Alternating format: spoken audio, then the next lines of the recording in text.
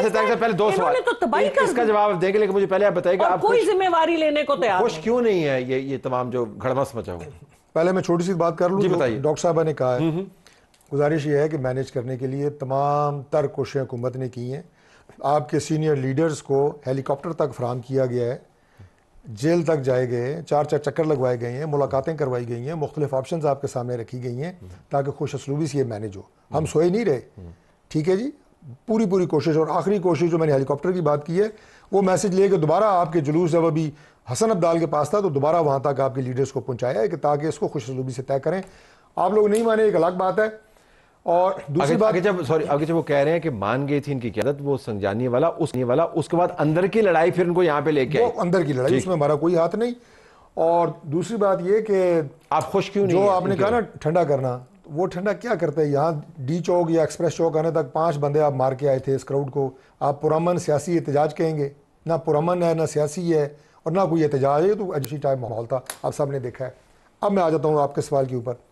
देखिए, हम इस बात से कतई तौर पर खुश नहीं हैं कि जो इस सारे मामले के हवाले से प्रोपोगंडे हो रहे हैं, फेक न्यूज़ फैलाई जा रही हैं, और पाकिस्तान तहरीक इंसाफ इसमें तुरा इम्तियाज़ है उनका, उनकी इंटरनल जो आपस में रिफ्ट्स हैं या एक दूसरे के ऊपर तनकीद है, उससे हमारा कोई ताल्लुक नहीं है कि वो KP के बारे में, CM के बारे में क्या कह रहे हैं, वो बैरिस्टर गौहर के बारे में क्या रहे हैं। डॉक्टर साहबा मेरे लिए काबिल एहतराम है, ख़ुद इन्होंने कहा कि मैं भी ट्रोलिंग की ज़ात में आती हूँ, वो एक इनका इंटरनल इशू है।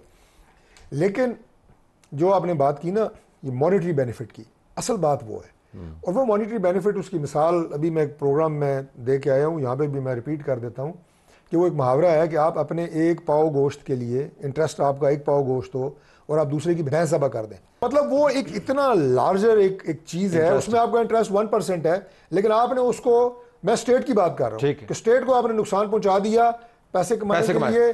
और दोबारा वो एलिमेंट कि जिनका स्टेट से, अभी मैं एक मिसाल आपको देता हूँ, उसके साथ उसको भी लिंक कर लें। आपने कहा ना, ये शहजाद अकबर का आपने नाम लिया। भाई बात ये है कि यहाँ पे जो लोग बैठे, जिन्हें रियासत ने इज्जत दी, बड़े मनसब पर रहे, असद कैसर साहब की बात कर रहा हूँ, उनकी आपने स्टेटमेंट सुनी है।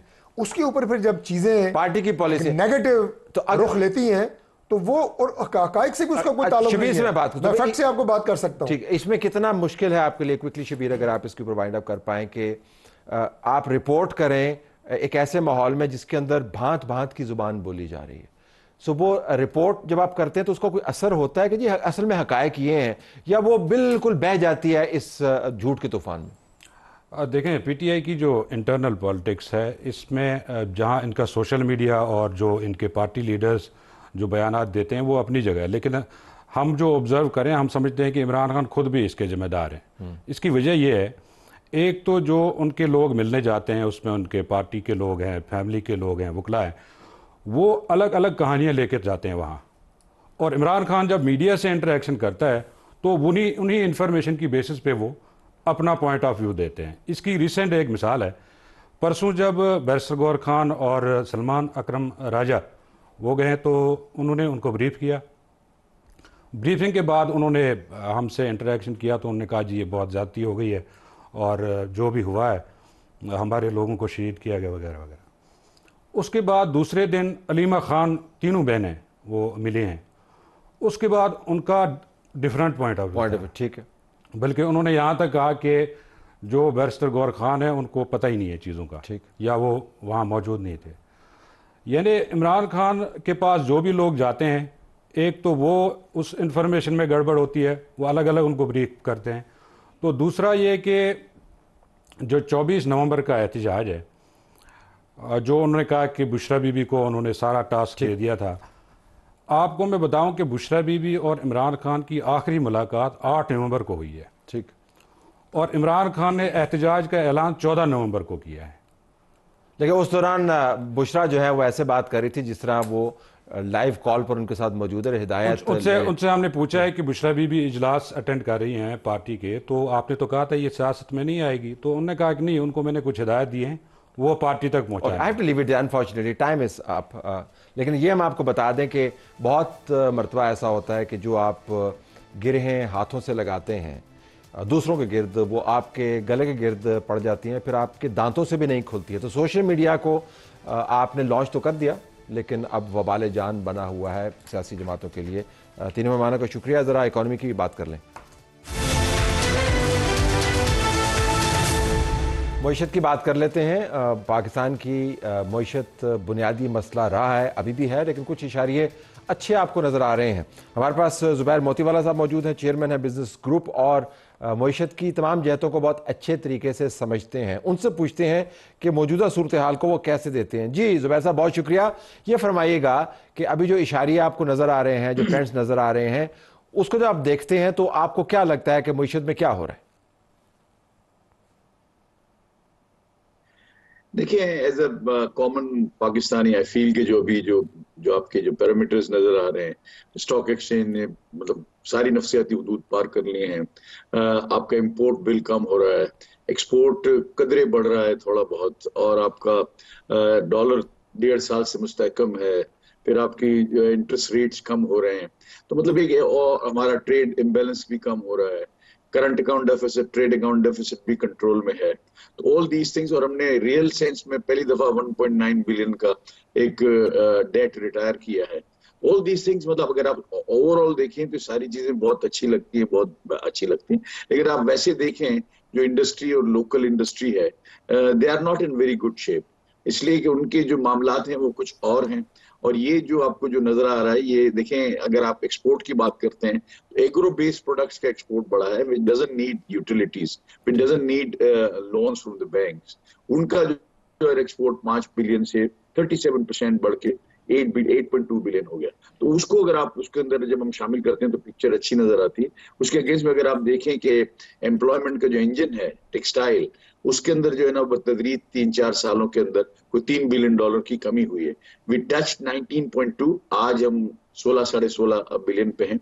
उसमें भी आहिस्ता आहिस्ता उसके अंदर इजाफा हो रहा है, लेकिन जिस कदर कमी हुई उतना इजाफा नहीं हुआ। तो अभी प्रॉब्लम जो है मेरे हिसाब से, अगर गवर्नमेंट ने बहुत अच्छे काम किए हैं, मैंने औरंगजेब साहब को भी कहा कि पहले मैंने से बड़ा लड़ता था, लेकिन आई थिंक उनके स्टेप्स जो है उसमें उन्होंने कोई रिजल्ट उसका आया है ऑन द लार्जर कैनवस। अब जरूरत इस बात की है कि हम जो है ना इंडिविजुअल की तरफ, छोटी इंडस्ट्री की तरफ, एसएमईज की तरफ हम वहां जाएं और उनको ठीक करें।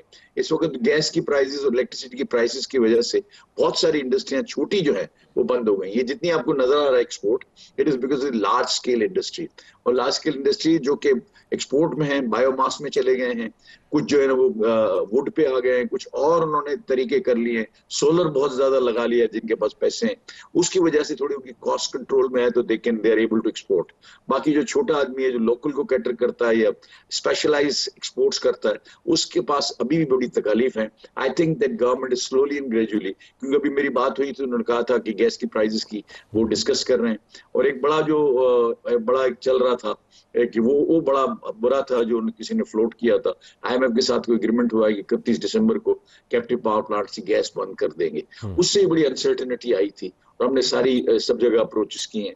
तो मुझे उम्मीद है कि इंशाल्लाह ताला ओगरा में भी हमने किया कि वो बंद नहीं होगी। अगर वो बंद होगा तो बहुत बड़ा मसला हो जाएगा, ना वापडा के पास ना केई के पास कोई ऐसी प्रोविजंस हैं, कोई ऐसे इंतजाम हैं कि उनके पास ना ग्रिड्स हैं, ना रिंगमैन यूनिट्स हैं, ना इनके पास ऐसी कोई लाइन है। तो मैं समझता हूं कि अब वक्त आ गया है हुकूमत के पास आफ्टर के इस इंडिकेटर्स को कंसोलिडेट करें। कंसोलिडेट करने के लिए जरूरत इस बात की है कि हम जहां जहां अब कमियां हैं उसको पूरा करें। ठीक, बिल्कुल। आखिर में क्विकली अगर आप बताएं क्या नहीं होना चाहिए, ये तो आपने बताया क्या करना चाहिए, इस ट्रेंड को सस्टेन करने के लिए क्या नहीं होना चाहिए, अगर आप 2 मिनट में वो बता पाए।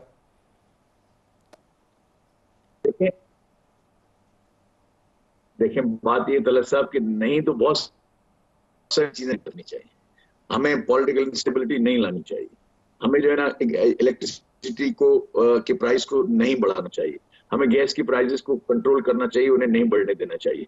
हमको ओवरहेड कॉस्ट इंडस्ट्रीज की कम करनी चाहिए, कॉस्ट ऑफ डूइंग बिजनेस को कम करना चाहिए, एफबीआर की इन्वॉल्वमेंट को कम करना चाहिए, टैक्सेशन के निजाम के अंदर जो यलगार है नोटिस की उसको कम करना चाहिए। बहुत सारी चीजें जो गवर्नमेंट को नहीं करनी चाहिए।